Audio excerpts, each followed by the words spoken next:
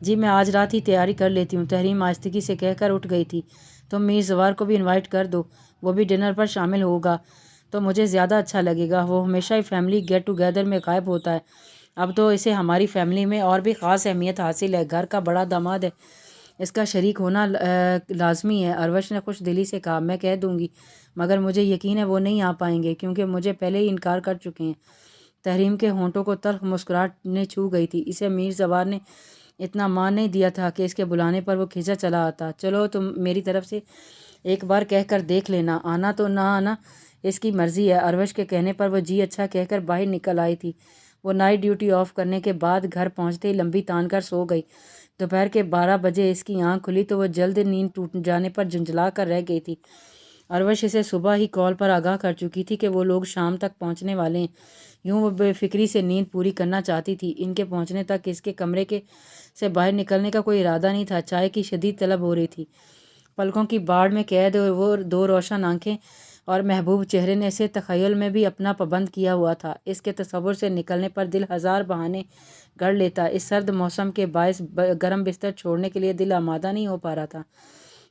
کشماندگی سے سر تک لحاف اوڑھے جب بھوک نے ستایا تو ناچارو اس نے لحاف سے سر باہر نکال کر سائڈ ٹیبل پر رکھی بیل کو پش کرنے کے لیے ہاتھ بڑھایا۔ تبھی اس کی نظر صوفے کی پشت سے ٹیک لگائے ٹانگ پر ٹانگ جمائے دونوں ہاتھ سر کی پشت پیچھے تکیے کی غرض سے باندھے بوسکی کے شلوار سوٹ پر بلیک قیمتی کوٹ میں ملبوس اس جانی دشمن کی مسکراتی آنکھوں والے دلکش چہرے پر پڑی تو پلٹنا بھول گئیں۔ اس کا ہاتھ جہاں کا تہاں رہ گیا۔ کمرے میں پہلی نیم تاریکی میں اس کی موجودگی نینا کو اپنی بصارتوں کا دھوکہ لگی تھی۔ اس کے یوں یک ٹک خاموشی سے گھورنے پر میر زوار نے بھرپور کہکا لگاتے ہوئے شرارت سے ایک آنکھ دبا کر اس کے وہم کو حقیقت میں بدل دیا۔ اس کے کہکے نے نینا کو اپنے حصار میں جھکڑ کر اس کا دل چرا لیا تھا۔ وہ اس کے کہکے پر سانس لینا بھول گئی تھی اور نظریں دیوانہ وار اس کے دھمکتے چہرے کا طواف کرنے لگی۔ وہ اسے دیکھتی ہی رہ گئی۔ وہ اس صورت پر تو قربان تھی، آخر کیوں نہ دیکھتی رہی اور بس دیکھتی ہی رہی گئی۔ دیکھے بغیر خود کیسے جی لیتی؟ مجبور تھی اسے دیکھتے رہنے پر، اسے چاہنے پر۔ مجبور کرنے والا اس کا پاگل دل تھا جو اس دشمن جانا کا ہر ستم سہ جاتا تھا مگر اف تک نہیں کر پاتا تھا۔ نظروں کا طلسم ٹوٹا اور وہ بیڈ پر اچھل کر بیٹھ گئی۔ آپ اس وقت یہاں کیسے؟ وہ دونوں ہاتھ سینے پر رکھے اور شرمندگی سے اسے دیکھ رہی تھی۔ تیرے در پر صنم چلے آئے، تو نہ آیا تو ہم چلے آئے۔ وہ دل فریب لہجے میں شرارتاً گنگناتے ہوئے اٹھ کر بیڈ کے پاس چلا آیا۔ آپ کو یہاں نہیں آنا چاہیے تھا، گاؤں سے پوری فیملی یہاں آ رہی ہے، ان کے ساتھ تحریم آپی بھی ہیں۔ وہ فکر مندی سے بولی۔ تمہیں کیا لگتا ہے میں تمہاری تحریم آپی سے ڈرتا ہوں؟ اس نے نینا کی الجھی لٹ کو انگلی پر لپیٹتے ہوئے کہا۔ پرپل کلر کی سلیو لیس انتہائی ڈیپ گلے کی نائٹی میں اس کا ہوش ربا حسن قیامت خیز لگ رہا تھا۔ اس کے دعوت دیتے سراپے کے دیدار پر میر زوار کا دل خوبصورت لے پر دھڑکنے لگا تھا۔ غصہ بھام پر کر اڑ گیا تھا جو یہاں آنے سے پہلے اس کے سر پر سوار تھا۔ وہ سوچ کر نکلا تھا آج ایسی خبر لے گا نینا شاہ کے 14 طبق روشن ہو جائیں گے، مگر باریک نائٹی میں اس کے حسن کی رعنائیاں دیکھنے کے بعد اسے اپنا نام کے معنی بھی بھولنے لگے۔ آپ ان سے کیا ڈریں گے؟ آپ تو اس نے جان بوجھ کر بات ادھوری چھوڑ دی۔ آپ تو میر زوار کی بھویں سکیڑتی تھیں گئیں۔ کچھ نہیں، آپ کو یہاں آنے سے پہلے کم سے کم ایک بار تو سوچنا چاہیے۔ میں گھر پر اکیلی ہوتی ہوں، گارڈز کیا سوچیں گے؟ بابا سائیں کو انفارم بھی کر سکتے ہیں۔ وہ دل کڑا کر کے خفگی سے بولی۔ حقیقتاً اس کی آمد پر رگ و جان میں سکون در آیا تھا۔ یہ سچ ہے تم گھر پر اکیلی ہو، مگر یہ بھی سچ ہے کہ تم ایک ڈاکٹر ہو اور میں تمہارا مریض۔ میرے گارڈ انہیں بتا چکے ہوں گے کہ صاحب سخت بیمار ہیں، دوا دارو کروانے آئے ہیں۔ اب دوا تم دو گی، دارو کا انتظام میرے گھر پر زبردست ہے۔ اس کے سامنے نیم دراز ہوتے ہوئے شرارت سے گویا ہوا۔ نینا نے بغور اس کا جائزہ لیا۔ شادابی رنگت اور سحر انگیز آنکھوں کا گلابی پن زکام کی شدت سے غیر معمولی گہرا تھا۔ کناروں میں ہلکی سی نمی تھی جو زکام کی باعث تھی۔ چھونے پر بھی حرارت محسوس معمول سے زیادہ تھی۔ وہ تقریباً بخار میں مبتلا تھا۔ اس کے بغور جائزہ لینے پر اس کے رگِ ضعفت پھڑکی تھی۔ ایسے کیا دیکھ رہی ہو؟ 2 دن سے سخت بیمار ہوں، جلدی سے اچھا سا علاج کر دو۔ وہ ہاتھ میں دبا ٹشو سے بڑے انداز کے ساتھ ناک رگڑتے ہوئے مسکراہٹ دبائے سنجیدگی سے بولا۔ میں میل پیشنٹ کو اٹینڈ نہیں کرتی۔ وہ پرے سرکتی ہوئی ناک چڑھا کر بولی۔ اس نے گھٹنوں سے ذرا نیچے آتی نائٹی میں سے نظر آتے دھودیا ریشمی پنڈلیوں کو گہری نظروں میں مقید کرتے ہوئے خوبصورتی سے شعر پڑھا۔ خوبصورت تو پہلے ہی بہت تھا وہ شخص ہم نے چاہا تو عجب ڈھنگ سے نکھرا ہے۔ اس کی پیغام دیتی بے باک نظریں اور شعر کا مفہوم سمجھ کر نینا کے پورے جسم کا خون سمٹ کر چہرے پر آ گیا۔ اس نے نائٹی کے سرے کو کھینچ کر ٹخنوں تک لے جانے کی لاشعوری کوشش کی، مگر تیر کمان سے نکل چکا تھا۔ سونا سائیں، اس میل پیشنٹ کی بیوی تو ہو نا، بیمار شوہر کی خدمت ہی کر دو، اس نے مانی خیزی سے کہتے یکدم اس کے مخملی پاؤں کو پکڑ کر اپنی جانب کھینچا۔ زار پلیز، میرا دل اب اس سب کے لیے آمادہ نہیں ہے، آپ مجھے بخش دیں۔ اس نے دونوں ہاتھ جوڑ کر پیشانی سے لگائے۔ وہ اس کے حوصلوں کو بلند نہیں کرنا چاہتی تھی۔ دل پر پتھر رکھ کر ایک بار پھر اس کی پیش رفت پر مکمل بیزاری ظاہر کی۔ مگر میں تمہیں بخشنے کے موڈ میں نہیں ہوں، وہ کان کھول کر سن لو، میں تمہاری فلسفانہ گفتگو سننے نہیں آیا، میری طبیعت خراب ہے، ریلیکس ہونا چاہتا ہوں، اس لیے میرا دل بہلانے کے لیے میٹھی میٹھی باتیں کرو، اپنی کہو کچھ تو میری سنو۔ اس نے دونوں ہاتھ تھام کر اسے باہوں کے گھیرے میں سمیٹتے ہوئے مخمور لہجے میں کہا تھا، چپ، ایک لفظ نہیں۔ نینا نے کچھ کہنے کے لیے لب کھولے، مگر اس نے اپنی انگیشیت شہادت اس کے لبوں پر رکھ کر بے خوف میں کہا، نینا کی یاہو بقا منت سماجت کو خاطر میں نہ لاتے ہوئے اپنے خود ساختہ علاج میں مگن ہو گیا۔ وہ اپنے گھمگیر لہجے کی چاشنی سرگوشیوں کی صورت میں اس کے کانوں میں انڈھیلتا جا رہا تھا۔ وہ صدا کی اس کے عشق میں دیوانی آنکھیں بند کیے لفظ لفظ کو دل میں اتارتی چلی جا رہی تھی۔ اروما لان میں بیٹھی تانیہ اروش اور نگین کی باتوں سے اکتا کر اندر چلی آئی۔ تحریم بھی ان کے درمیان اپنی ہی سوچوں میں گم ہوں ہاں سے کام چلا رہی تھی۔ حفظہ اپنے موبائل پر گیم کھیلنے میں مصروف تھی۔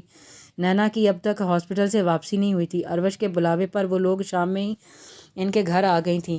میر سبکتگین نے صاف معذرت کر لی تھی کہ جبکہ میر جاذب نے آفس سے واپسی پر انہیں جوائن کرنے کی یقین دہانی کروائی تھی۔ وہ صوفے پر بیٹھ کر بیزاری سے چینل سرچنگ کرنے لگی۔ اس کا یہاں آنے کا ارادہ نہیں تھا، مگر اروش کی ناراضگی کے خیال سے نگین اسے زبردستی لے آئی تھی۔ یہ بھی صد شکر تھا زائم شاہ گھر پر موجود نہیں تھا۔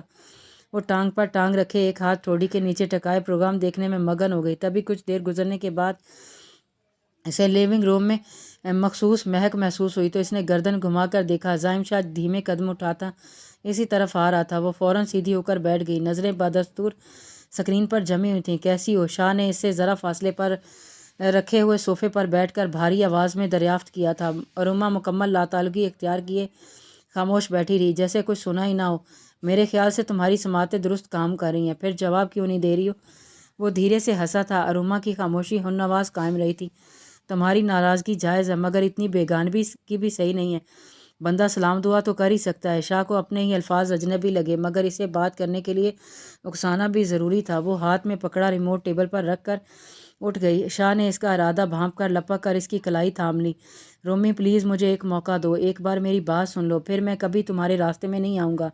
وہ التجائیہ بولا، آپ نے مجھے ایک موقع دیا تھا، مجھے میں بھی اتنا ظرف نہیں ہے کہ میں آپ کو ایک بھی موقع دوں۔ وہ اس کی آنکھوں میں آنکھ ڈال کر اعتماد سے بولی، جو میری آنکھوں کو دکھایا گیا وہ ہرگز ایسا نہیں تھا کہ برداشت کیا جاتا۔ میری جگہ کوئی بھی مرد ہوتا وہ اسی طرح پاگل ہو جاتا۔ رومی، تم بھی ہوتی تو یہی کرتی۔ اگر تم سمجھو تو میرا قصور نہیں ہے۔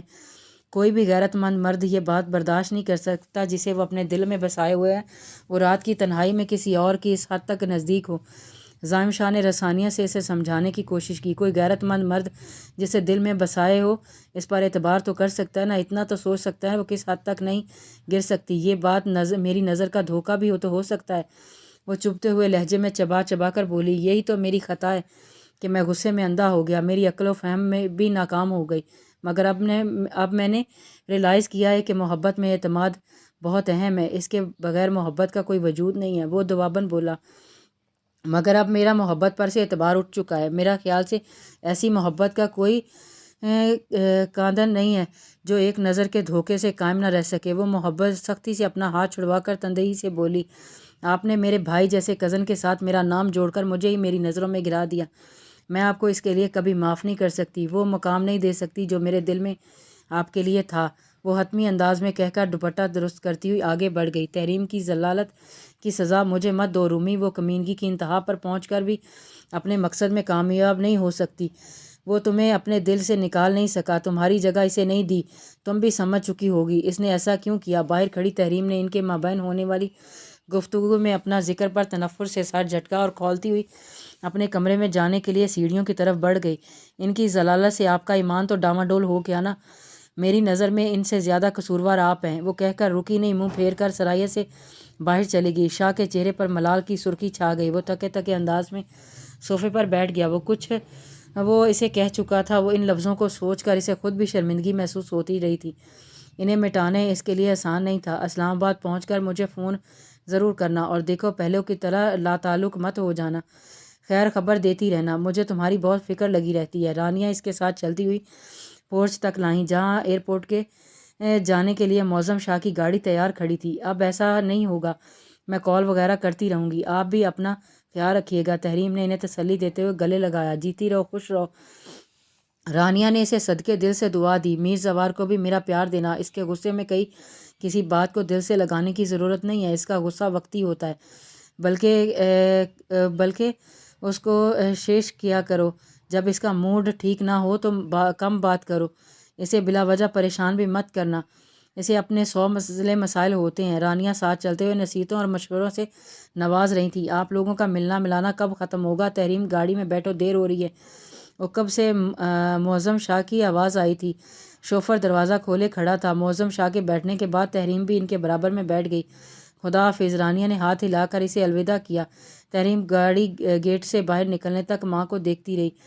رانیہ گیٹ بند ہونے تک وہیں کھڑی رہیں، پھر آنکھوں کے گوشے دوپٹے کے پلو سے صاف کرتی ہوئی گھر کے اندرونی حصے کی جانب چلی گئیں۔ جاری ہے۔